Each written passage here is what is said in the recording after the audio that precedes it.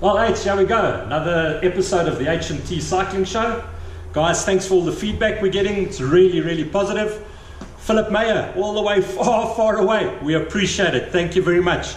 To Dave for letting us use his bike shop, Dave's Bike Service Center down here at Farm City. Thanks, Dave. Thumbs up for you too. H, let's kick it off and get going. Yeah, again, it's the educational side of things. So we're going to take a couple of things. We're going to unpack it for you, explain it, get you a little bit more informed with all of the different phrases and terms in cycling. Last night when we ended the show, we used 3 words. The one was a sticky bottle. What's a sticky bottle? Okay, so it's a sticky bottle. A lot of times you see riders coming back to their team car, coming to get food, coming to get bottles. Every now and again a guy will be a little bit jaded, he'll be a little bit tired, and he'll actually hold on to that bottle a little bit too long. The race referee will then radio through to the car and say, listen Alex, is that bottle a bit sticky? You need to wash that bottle. In other words, they're referring to your riders holding on to the bottle too long while you're still holding on to it out the window, and you're actually giving him a little bit of an advantage by pulling him along. You will see that happen when the guys are tired, especially those guys handing bottles out at the bottom of a climb. They just try and give them that little boost. It's amazing what that little boost does, and that's where the sticky bottle comes. Wash your bottles. Don't get caught sticky bottle. Okay, so you know what a sticky bottle is. It's an interesting term to use. You will see it in the tour, so keep an eye out for it. The next thing, sir, is the Directeur Sportif. So the Directeur Sportif, referred to as the DS, referred to as the team manager. He's the guy really in charge of the team. So team manager, he can almost have a bit of a coaching role. What he will do is he will discuss the stage with the guys. He's normally the guy who sits in the front seat in the race, in that car, not necessarily always the driver. Sometimes the DS prefers not to be driving. That way he can talk to the guys when he comes up next to them better without having to concentrate on not hitting a guy's bike in front of him. It does get really hairy at times, especially on the descents when it's all mixing up. A DS needs to have his wits about him. A DS can also be that guy who at times delivers that sticky bottle. So basically, DS, your team manager, guys controlling, calling the shots from the car with his team. Cool, and you heard us talking there about the DS usually wanting to sit passenger so that he doesn't have to concentrate on the driving side of things. There's a lot that goes on in a car, and we're going to break that down for you guys as well in a later episode, so stay tuned for that episode. I promise you, you're going to find out a lot of interesting facts about what happens in that car during a race. H, then, you got so excited the other night about the Moulin Rouge and the Lanterne Rouge, and when we mentioned bonking last night, your eyes lit up as well. So, I don't know, how many children you got at home? I've got one child. Steady now. Eh? Tell us, what's bonking mean? Okay, so the term bonking is a term used in cycling when a rider has either completely depleted his energy store, so he's gone out and he's spent absolutely every little ounce of energy that he's had, and he now has got nothing left. So in other words, he wants to keep going. The lights are on, but there's no power in the engine room. There's nothing left. It's over. It's done. That is when a rider has bonked. He has hit the wall. It's game over for him. 2 ways that normally happens. Either he's gone out too hard and he hasn't sustained his energy by eating, by drinking the energy, by drinking water, by keeping his energy supplies topped up, or he's just quite simply done too much for the day. So normally it's a depletion of his glycogen, like a motor car. You're not going to travel from here to Cape Town without putting fuel in somewhere. 100%. And it's vitally important for these guys to keep on fueling themselves. Most definitely. H, then we see there's these fancy yellow cars that drive around. Now and again they get told to go into a gap. It's not a team car, it's a big yellow car with Mavic all over it. They've got some bikes on the top of the roof. What is it? There's mountain bike dropper seat posts on those bicycles. I mean, this is a road bike race. What we're doing with dropper seat posts on these road bikes? Okay, cool. So just to explain what that yellow car is with the yellow bikes on, the Mavic, that's got Mavic written all over it, that is what they would term a neutral service. In other words, if let's say for example a rider is up the road and his team vehicles are not there riding behind him to offer him any sort of support. The Mavic neutral service then gets put behind the rider to offer a neutral support for him. What would then happen is, if anything should happen mechanically and he needs a new bike or a bike change in the meantime while he waits for his team car to come and help him out, the Mavic vehicle would then, one of the guys would then jump out of the Mavic car, grab one of the bikes on the roof, put him on the bike and he'd ride. Often it's quite comical to watch, because you would have a rider like Chris Froome, for example, in last year's Tour de France, where he grabbed a neutral service bike, and that bike was way too small for him. He's pedaling with his knees next to his ears, and it's quite comical to watch. Often it's quite simply just an error, because there's many different sized bikes on the roof, because there's different riders, tall riders, short riders, and that makes it complicated to get a bike that would be a standard size fit for them all. This is where the dropper seat post comes in. Dropper seat post gets used on a mountain bike for when they're going really steep downhills, it's getting really dangerous. They drop the seat post so they've got space to move. The point of a dropper seat post on a road bike is absolutely different to mountain biking. The reason it's different is because what they can do now is, if they've got a 200mm dropper seat post, they can use one size bike and then have different variants of saddle height, meaning a guy that is 1.7 meters tall would fit that exact same bike that a guy that 1.8 meters tall could ride, or 1.85 meters tall could ride. Why?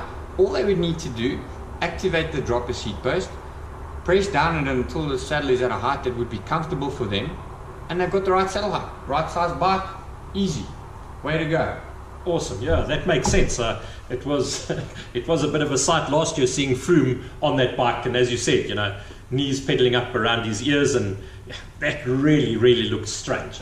No, it looked very strange, and I think the dropper seat post was an absolute ingenious idea. Whoever thought that up, well done, but you've made a big problem a quick solution.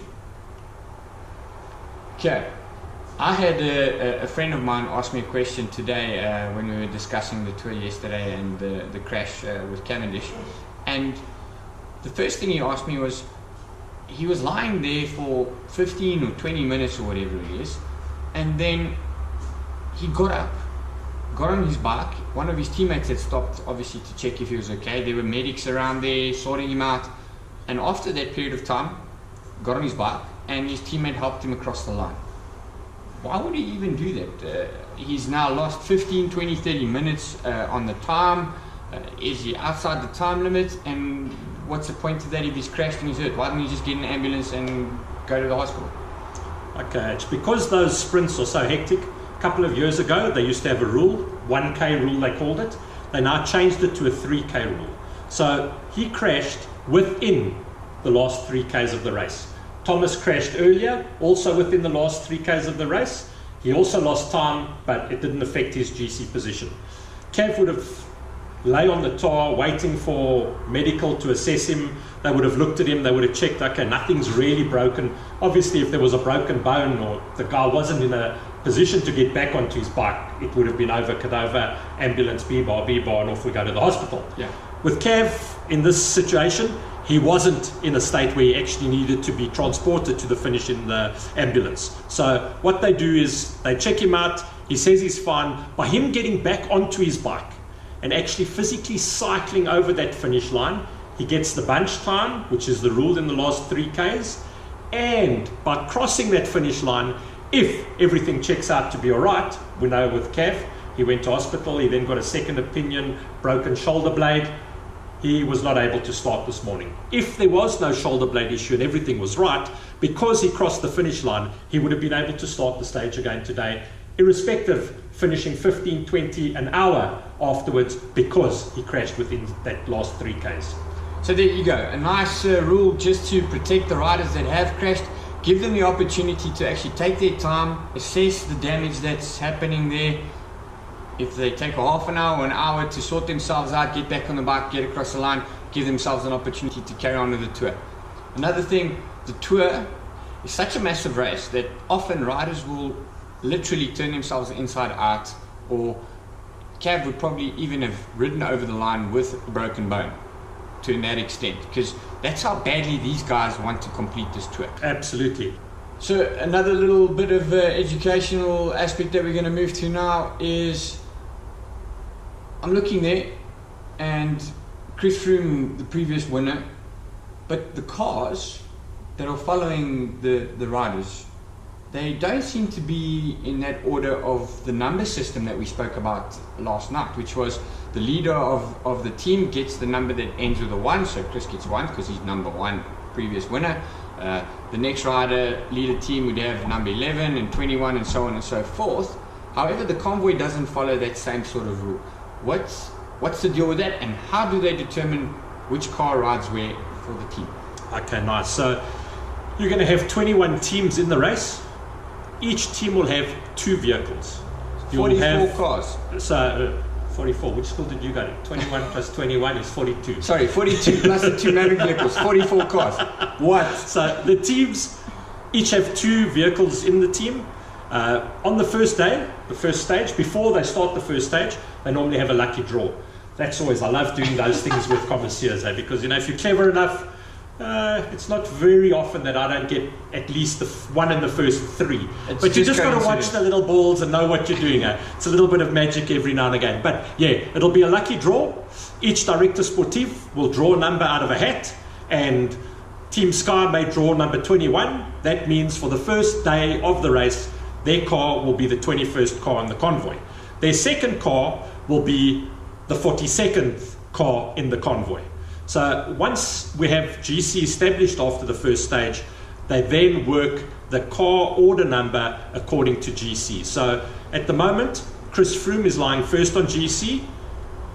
G is lying second. It means their car will be number 1 in the convoy. G will not count because he's second. Third will be Aru. So Astana's car will be number 2 in the convoy. They have 2 cars. You know what? Those cars alternate. A lot of times the DS likes to follow his main GC rider. Today we saw a group go up the road. Yep, they will put a team car in behind that group. As long as it's over a minute, that gap, they will be allowed to go into that gap. It's normally the second car that finishes the breakaways. You won't normally get the DS following a breakaway unless he has a GC rider in there. So I hope that helps you understand. That's how the cars work, based on your GC classification at the end of the day. Perfect. All right, another interesting thing that I saw. So we had a very strong group of breakaway riders, and Thomas de Gent gets dropped from the breakaway. He's just about to get caught from the peloton, and one of the TV cameras pans to him, and I think he must have had about half a dozen bottles on his body. He must have had maybe 2 in the front of his shirt, 2 on his back, maybe 3 or 4, because I actually saw some lumps here on the back of his neck. Guy looked like he'd been bulking. And he had 1 bottle in his hand on the hoods, and he was talking to the radio, looked back, moved to the right of the road, or the left of the screen, and dropped into the bunch. Why does he have so many damn bottles? Was he going to drink them before he got to the finish? And what was that communication for before he moved to that strategic side of the road and then dropped off into the peloton? One of our previous episodes, I mentioned to you about Daryl Impian, the experience we had in Morocco, the Tour of Morocco, where I actually loaded him with about 8 or 9 bottles, and he had to get these now to the front of the race to our GC rider, who at that time I think was Jeremy Martins. He was leading the tour, and he never ever got there because I gave him all these bottles at the bottom of a climb. And Daryl at that time just didn't have that power to get to the front. He just got rid of these bottles. Nobody got a bottle. With the Gent, a little bit different. We're talking a higher level. Please remember, when Daryl was doing Morocco, he was nowhere near the rider he is today. So he would be able to do it today, and I'm quite confident he would get the bottles delivered. Yeah. But the Gent, that was his job. It's far easier to give those bottles to somebody who's coming out of a breakaway. There's less chaos around you. There's not cars you're having to fight. Remember, you've got all the other team cars trying to feed their riders.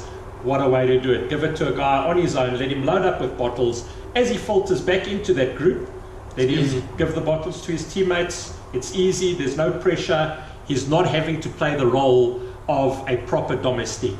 A real domestique is a little bit different. Maybe you can tell us what the difference is between what the Gent did, because I'm sure he's not a domestique, and the role of a real domestique.